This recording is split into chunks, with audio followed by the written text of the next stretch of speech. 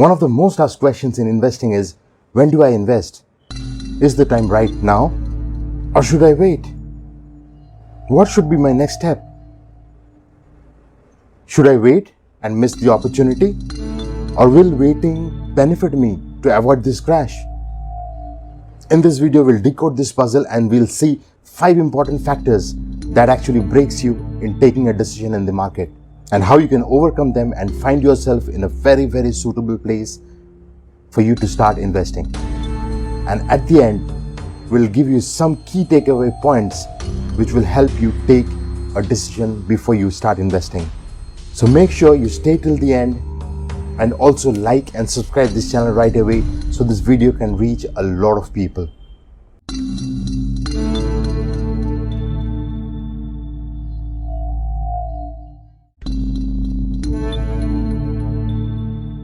So if you're constructing a new portfolio, it is advisable to keep some cash at hand, and many books or the theory says keep at least 10% of the cash at hand, 10% of your portfolio's amount as cash in hand. That's what the theory says. But in reality, many people keep enough cash at hand. They are simply afraid to plunge into the market and start investing. They hold enough cash with a very confused mind, a mind which struggles between what will happen versus what are my next opportunities, a mind full of apprehension. We believe it's the more of the fear of losing his or her money, that prevents an investor to invest in the market than actually the fear of missing out. The biggest contributor is the 2008 financial crisis. Situations like these, they bring worry in the investor's mind. That becomes the prime and the most important factor why you hold back and you do not invest in the market. Worry. People worry for various reasons.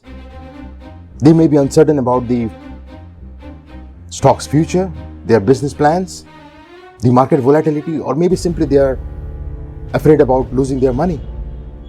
This hesitation leads to procrastination, and people continue to wait forever, waiting for the right moment to buy. However, the more you wait, the more you miss the opportunities. So it's very important for every investor is to do the due diligence and just jump in.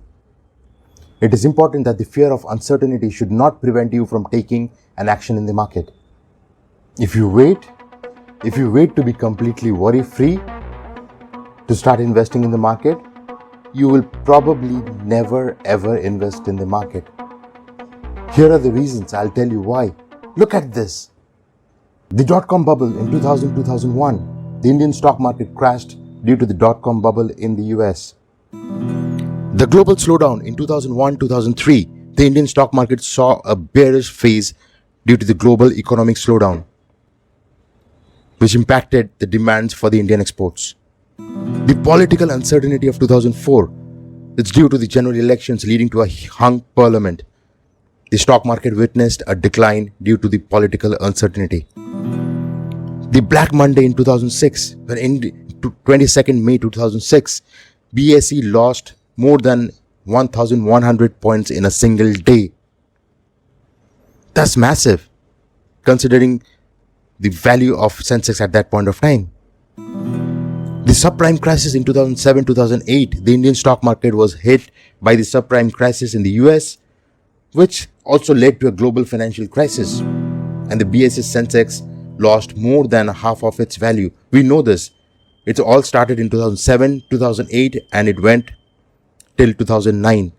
The Indian stock market was hit hard by the global financial crisis, and the index Sensex lost more than half of its value. 2011 to 2013, the Indian stock market was negatively impacted by the European debt crisis. Huge big investors pulled out their money from the emerging markets. The rupee depreciation in 2013 to 14. This saw a bearish phase in the Indian stock market due to the value of the Indian rupee falling against the dollar. And then the very famous pandemic 2020 COVID-19, which saw the market a huge decline, and the BSE lost more than 1/3 of its value within a single month. And then the famous war, which is still ongoing, which started in 2022 and it's now 2023, it's not yet over. That's almost every year in the last 23 years. There is a problem every year. So if you keep waiting, you will grow old waiting. 23 years passed. When will you invest? Now, surprisingly, the Sensex, which was at around 4,000 mark in the year 2000, is hovering around 65,000 now in 2023. That's almost 15 times returns in 23 years. 15 times. Should you still wait? So the main difference comes is when you pay too much attention to the latest hot topic. That is the second most important factor why you still hold on to your investments. Well, if you go around listening to people discussing about the current affairs, the current topics, you will find everybody is discussing the same topic. All of them have the same news, the same topic, and everybody has his or her point of view. And what we think is we hear these discussions and we think we can capitalize on something out of these situations. But you know what? There is a very famous theory, the efficient market hypothesis, which says that the prices of the stock or the security has already considered its value based on the news that you see in the market. So it tells us everything you see right now, which you feel is a hot topic, has actually been on the dinner plate. It's eaten, digested, and burped, and probably you're just smelling it right now. Or, and that's a big fearful, threatening or. It's carefully crafted. It's a carefully crafted news, crafted specially to serve on your plate. And you know, when a news is crafted, it's crafted to benefit the person who is crafting the news, not you. It's crafted, designed, decorated to dump onto you. Now these news, these discussions that we see around us, they are all negative discussion. They are all negative news because negative news sells. Positive news doesn't sell. You will hear the news channel, the print media, the social media, the news channels, they open with the doom and gloom. They open with fear. They excite your fearful nerve. And that excites you and that makes you take a hasty decision. The journalists, they need to tell their story.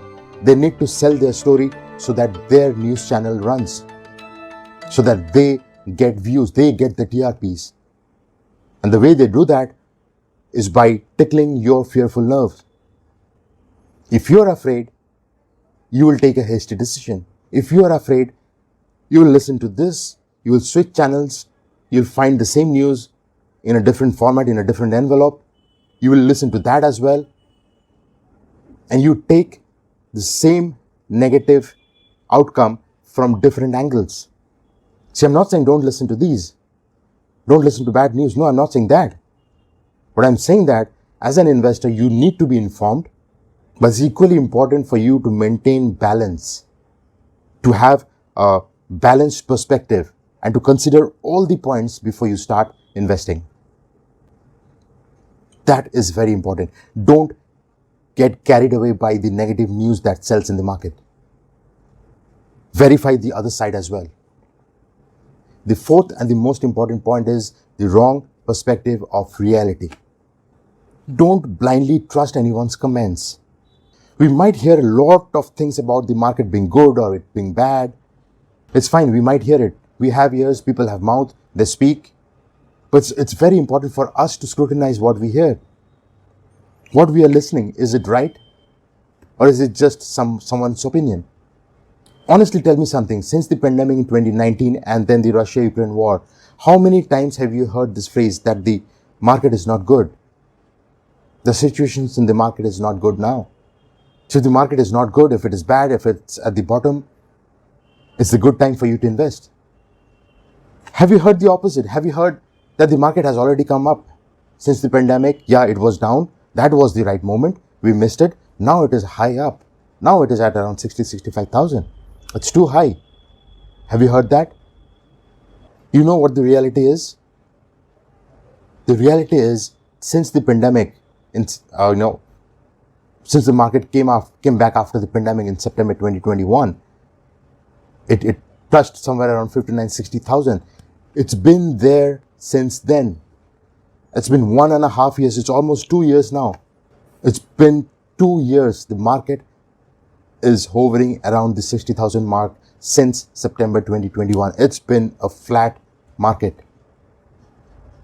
But look at the comments. People say it's high. People say it's low.